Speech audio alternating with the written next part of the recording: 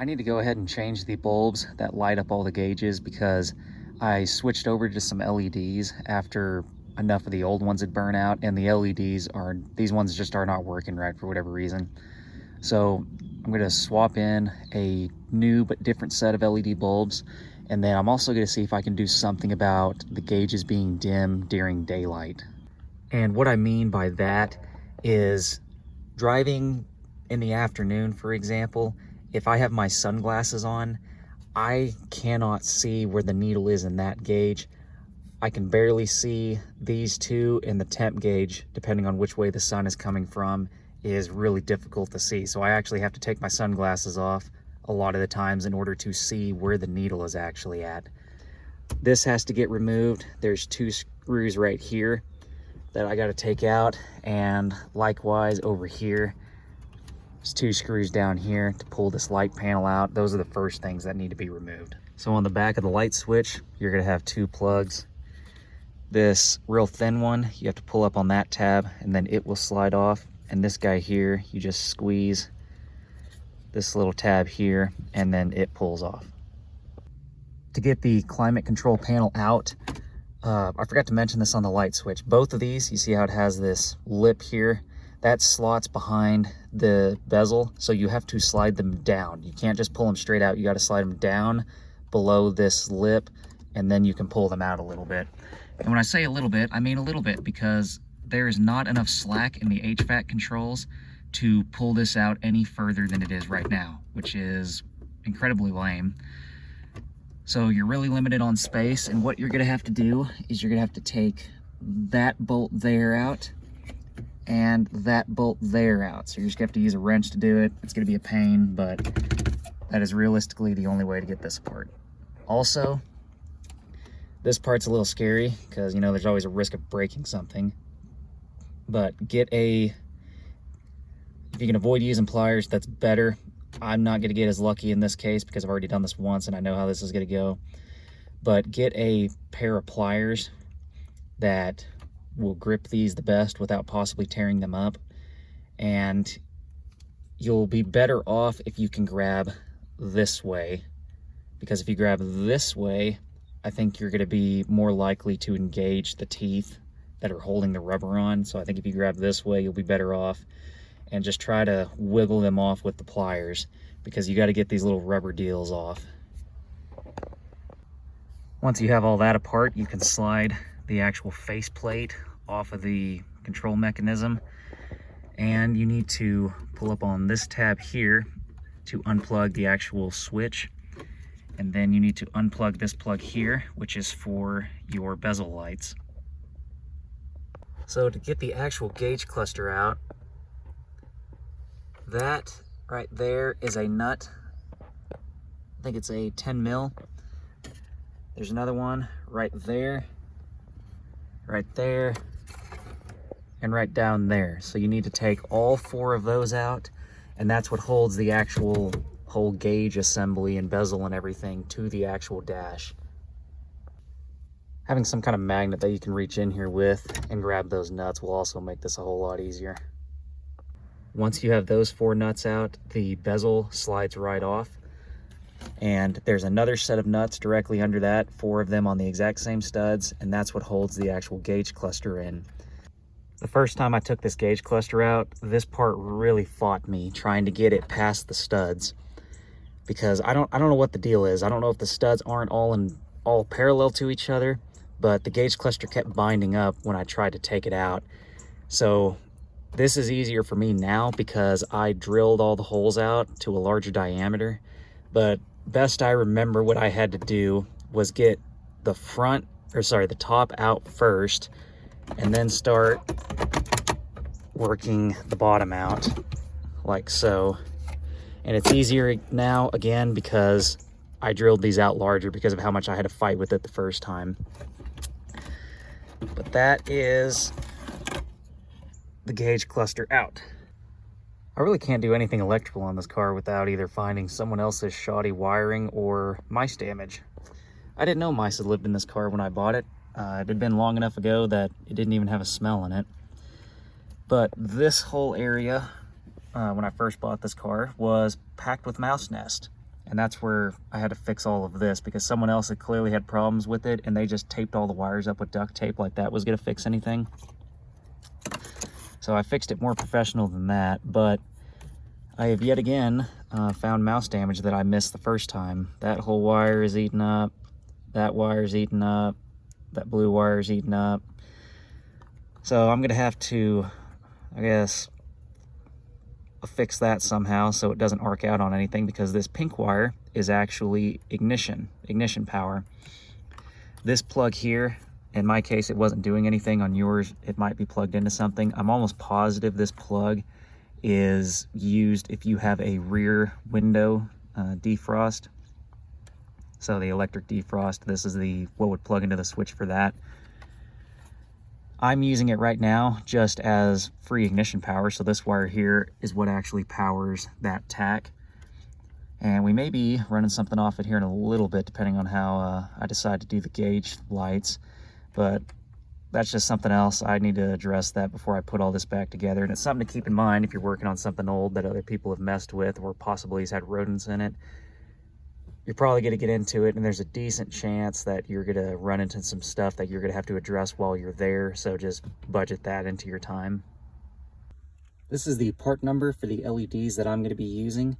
So I got these through a site called superbrightleds.com. I bought another set of LED bulbs from them, and they've held up really, really good. Haven't had any issues with them, and it was 7 years ago that I bought them. So I'm hoping this set holds up just as good, and this should be a kind of a cool blue color, I think. And as far as swapping the bulbs, it really couldn't be any easier. Just give these a little twist to the left, pull out on them. There's your pretty much brand new ruined LED. I don't know what brand these are. These came out of another car that I bought, and the guy had said he'd just put them in there, so I'm assuming they're just junk because they're cheap. But regardless, they're not working in this application. They just flash all the time. After you have all the bulbs in, what you want to do is first double check that they're all making contact.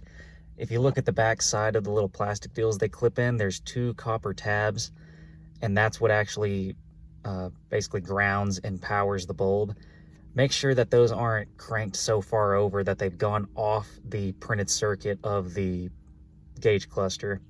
I had only one of them that was getting questionable, and you can just bend the copper tabs out a little bit and then put it back on there where it's making good contact. So before putting all this back together, I want to make sure that everything is actually working right.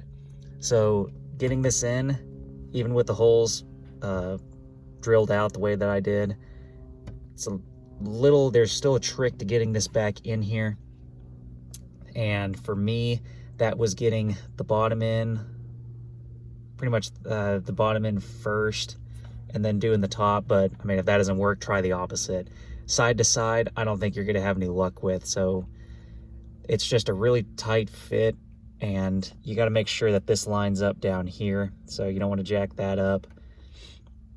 So I have the switch plugged back in, so we can flip these on now. I'll turn the dimmer down. So that is with the resistor all the way down. And there it is all the way up. So all the gauges are lighting up the way they're supposed to, so I think we're good on that front. And these are dimmable LEDs, so that's pretty cool. Not all LEDs are dimmable. What I've decided to do, and we'll see if this works out, is I removed the rheostat and the switch from the circuit that powers the gauge lights. So this black wire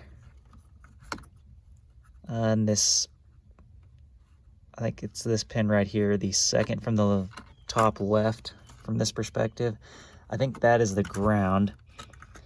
I don't need to mess with that guy. What I am going to mess with though is from this perspective, the bottom left, that's this gray wire. That is power to the lights in the gauge cluster, specifically just the running lights. It's not for any of the warning lights or anything. So what I did is I snipped it back here. I left myself enough wire that I can put it back together if this doesn't work out right. The other end that I cut is right here. So I bent it over on itself and put a piece of heat shrink over it so it can't touch anything and, you know, pop a fuse. So I soldered on another section of identical gray wire. If you can save an old harness out of a car, it really will do you a lot of favors for just random bits of wire that you need.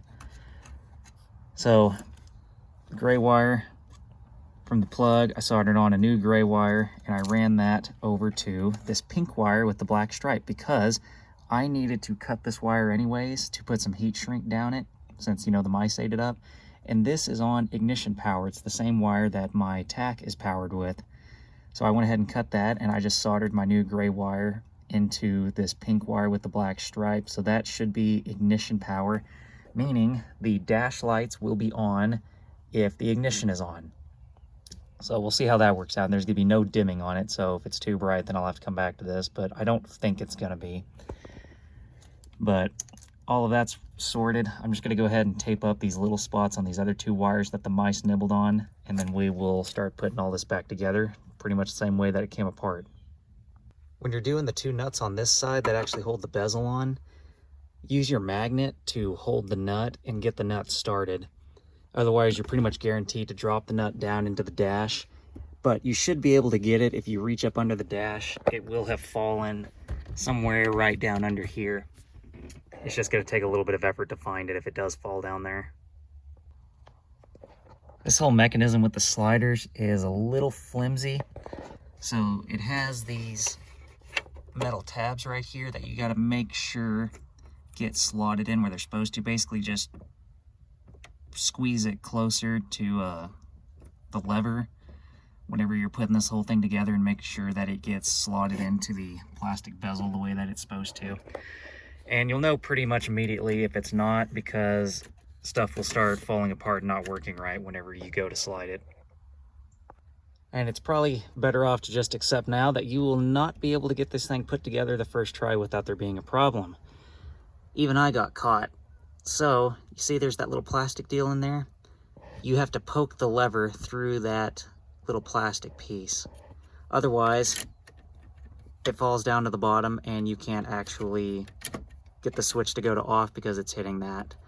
So I gotta take all this back apart, poke it through that plastic deal, and reassemble it. So this is way better than it usually is. I have the sun early in the morning pretty much shining directly into my face. And despite that, even with my sunglasses on, I can clearly see the oil pressure is up around probably 65 PSI. Engine temp is cold. I can see how fast I'm going. So we'll see how bright they are in the dark, but in the daytime, this is already way better than it was before. At night, the lights are definitely brighter than they were before, but I wouldn't say it's too bad. It doesn't feel like they're really glaring in my face. It'd be nice if they were a little more dim, but at least for me, I don't think it's gonna be a problem. It's not bad enough for me to want to mess with it anymore. So we'll call this a success and move on to something else. Listen to the heartbeat